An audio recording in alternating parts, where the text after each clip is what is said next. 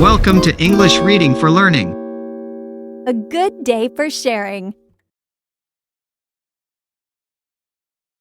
Paulina Rabbit's basket was filled with spinach, apples, chestnuts, and a big pumpkin.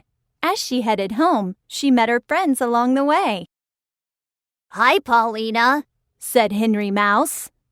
"I see you bought some spinach. When I shopped at the market, it was already gone."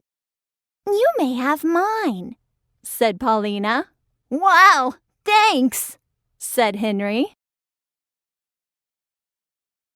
"My family loves apples," said Greta Squirrel.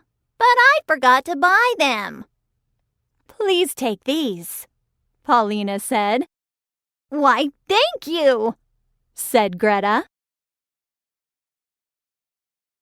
"And I was going to roast chestnuts," said Ralph Beaver.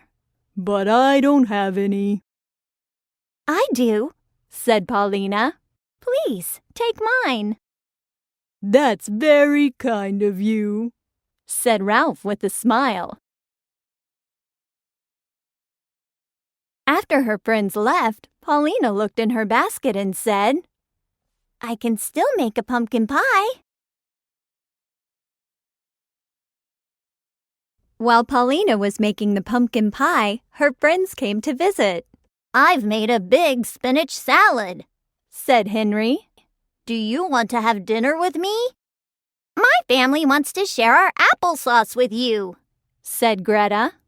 "And I made roasted chestnuts for all of us," said Ralph.